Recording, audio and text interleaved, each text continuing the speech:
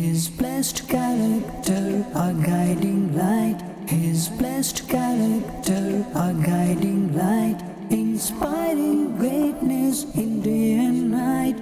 Inspiring greatness in day and night.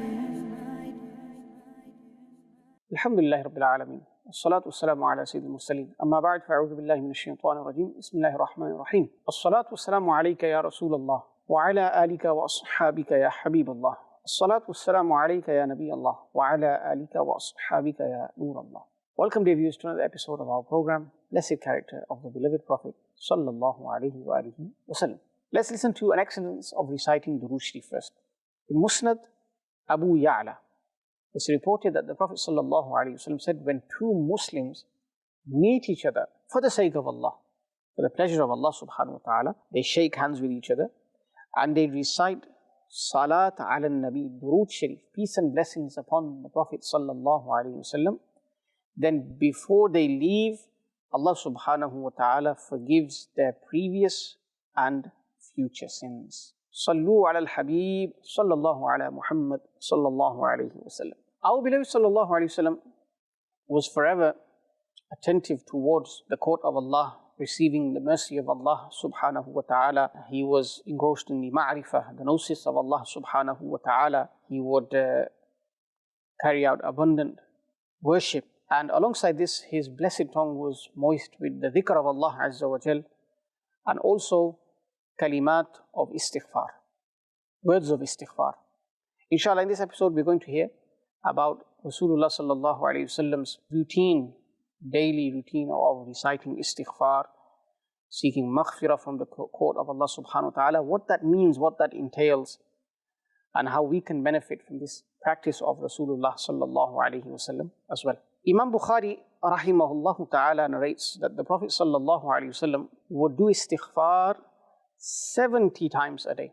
And in Tabarani, there is a narration which states that the Prophet sallallahu alayhi wasallam would do istighfar 100 times daily in the court of Allah subhanahu wa ta'ala. Imam Ahmad in his Musnad narrates that the Prophet sallallahu alayhi wasallam would recite various kalimat when doing istighfar.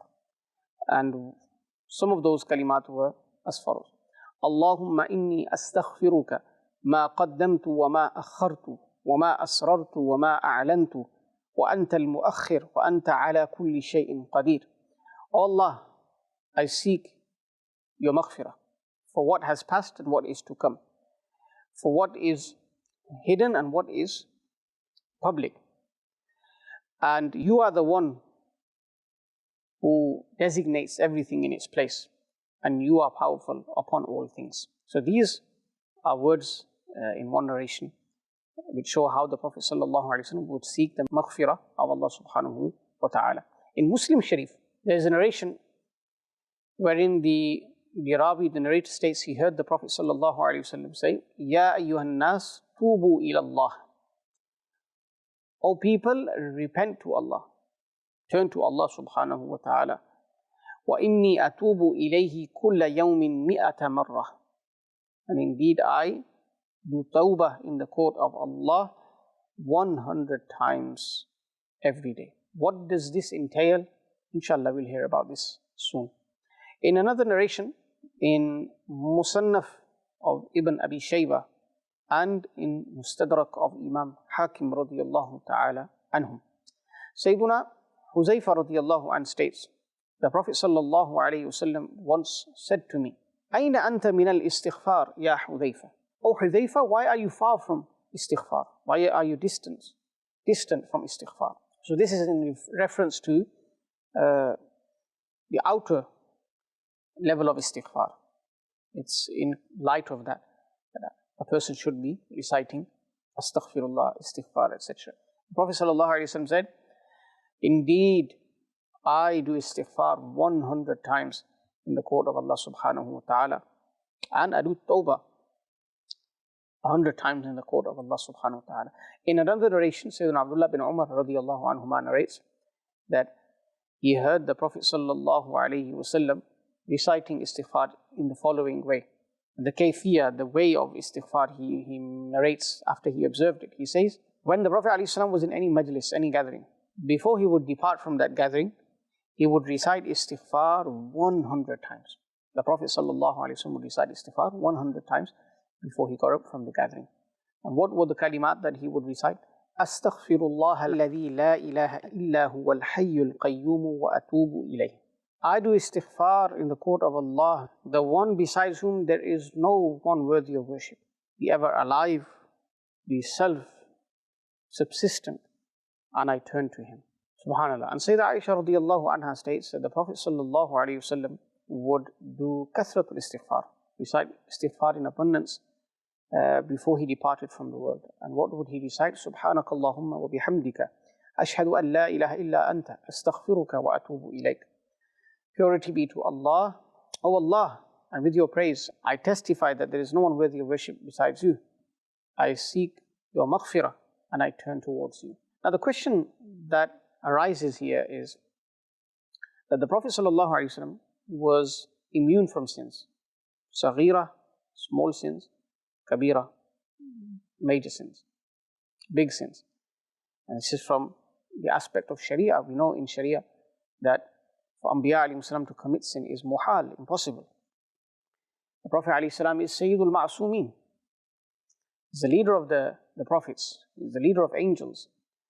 So what was the hikmah behind the Prophet sallallahu alayhi wasallam doing istighfar? What is the maqsad? Because normally we associate istighfar with recompensing for a bad deed or a sin, asking Allah to wipe it out, wipe it, erase it, remove it. But the Prophet ﷺ did not commit sins. So the ulama answer this, and they give many meanings of istighfar. They say when the Prophet ﷺ did istighfar, one reason was ta'aleemul ummah, to teach the ummah about repenting in abundance. This is why he ﷺ did it, so that this would be a sunnah and the ummah would act upon it. The ummah is in need of it because we're sinful, we sin, we do a lot of wrongdoing, many shortcomings we have, and we will gain reward for acting upon this sunnah. Another reason given is that in reality when the Prophet ﷺ would do istighfar and tawbah, this was in relation to the sins of his ummah, the sins of the believers. That the Prophet ﷺ would ask Allah to forgive the sins of the Muslims. Subhanallah. Another answer given, and this one is given by Shaykh Shihabuddin Suhrawardi rahmatullahi ta'ala alayh. He says Allah subhanahu wa ta'ala has said regarding his beloved sallallahu alayhi wa sallam, وَلَلْآخِرَةُ خَيْرٌ لَكَ مِنَ الْأُولَى. And O beloved, every coming moment is better for you than the previous moment. So every coming moment is a moment wherein the rank of the Prophet ﷺ is increased. The status of the Prophet ﷺ is increased. His ma'rifah of Allah subhanahu wa ta'ala is increased. And his rank is raised as well. So when the Prophet ﷺ witnesses this happening, that his maqam, his martaba, his rank and status is forever increasing, when he looks back at a rank which in his eyes is lower than the current rank, and in the next moment he will look back and think the previous moment his rank was lower, he would consider this sallallahu alaihi wasallam as a shortcoming, as taqseer, as falling short. And for this reason the Prophet sallallahu alaihi wasallam would do tawbah and istighfar in the court of Allah, even though Allah Ta'ala is the one who is raising the rank, even though looking back and noticing that the previous rank is not as lofty as the current one, even though that was lofty as well. This is not wrong, this is not a sin, this is not wrongdoing. But the Prophet ﷺ would imagine it like that, would conceive of it like that, and he would do tawbah in the court of Allah subhanahu wa ta'ala. And another meaning, beautiful meaning that the ulama have given to why the Prophet ﷺ did tawbah in abundance in the court of Allah subhanahu wa ta'ala is because of the verse of Al-Quran Al-Kareem, إِنَّ اللَّهَ يُحِبُّ التَّوَّابِينَ وَيُحِبُّ الْمُتَطَهِّرِينَ.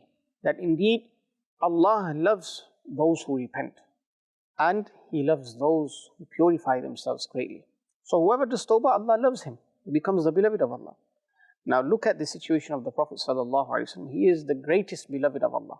He is Al-Habibul A'zam sallallahu alaihi wasallam. So the reason for him doing tawbah is so that his status of being a beloved of Allah is increased furthermore. is a greater beloved, even though he is the greatest beloved anyway. Allahu Akbar Kabira. So this is why the Prophet ﷺ would do tawbah, would do istighfar, so that in terms of his level of being a beloved of Allah, which is the greatest level in all of creation anyway, that is increased, that is enhanced, and that is bettered as well. Subhanallah. This is why the Prophet ﷺ would do tawbah. So this is why the Prophet ﷺ would do istighfar, so that it becomes a sunnah for the ummah, so that the Prophet ﷺ seeks forgiveness for the ummah. When the Prophet ﷺ is doing istighfar, he is reflecting upon how each moment his status is increasing. When he looks back, he feels a need to do tawbah because his status was lower in rank than the current one, even though there is no low status and rank for the Prophet ﷺ. But because he is being bettered and enhanced every moment, he would look back and feel this way, and he would do tawbah. And lastly, we heard how the ulama have said the reason why the Prophet ﷺ would do tawbah in abundance. It's because Allah Ta'ala has said in the Quran that He loves those who do tawbah. The Prophet ﷺ is already the most beloved, but he wanted to again increase in the status of being the beloved of Allah Subhanahu wa Ta'ala and gain more love of Allah Subhanahu wa Ta'ala. And this is why he would do tawbah. So this episode we heard about the habit of Rasulullah ﷺ. In some narrations it stated that he would do tawbah 70 times a day. Some narrations state 100 times a day. How much tawbah do we do? Our hearts are rusty. Our hearts are hard-hearted. Why? Because of sins. Kathratul dhunub. We are in need of doing tawbah. Astaghfirullah al-azim. Alladhi la ilaha illa huwa al-hayyul qayyum wa atubu ilayh. Kalimat such as this. Even saying astaghfirullah alone, this suffices in doing istighfar, doing tawbah in the court of Allah subhanahu wa ta'ala. We need the maghfirah of Allah. We need the mercy of Allah subhanahu wa ta'ala. We need to repent daily. The Prophet ﷺ repented 100 times, we should repent 500 times, 1,000 times. Why? Because we are sinners. The Prophet ﷺ never sinned. So, the least we should do is act upon the sunnah and recite istighfar at least 70 times or 100 times a day. And then build on that. Inshallah, you will see the barakah of doing tawbah in the court of Allah subhanahu wa ta'ala. You will see firsthand the blessings of doing istighfar. How doors open, how locked doors open, how opportunities arise in your life, how openings occur, how Allah subhanahu wa ta'ala showers His mercy and blessings upon you. You will see all of this. But be sincere in your tawbah. Do tawbah in public, do tawbah in private. Make your public pure. The affairs that you carry out in public should be pure, and the affairs and actions you carry out in private should be pure as well. Do tawbah to Allah subhanahu wa ta'ala that He grants you a life wherein your main maqsad is to please Allah, to obey Allah subhanahu wa ta'ala. And tawbah, istighfar will help greatly and tremendously in this regard. And Allah subhanahu wa ta'ala make us amongst those who do tawbah frequently, abundantly, to earn the pleasure of Allah, to purify ourselves and to fulfill this beautiful sunnah of the Prophet sallallahu alaihi wasallam. Ameen, bijahi Nabi al-Ameen, sallallahu alaihi wa alihi wasallam. His blessed character, a guiding light. His blessed character, a guiding light. Inspiring greatness in day and night. Inspiring greatness in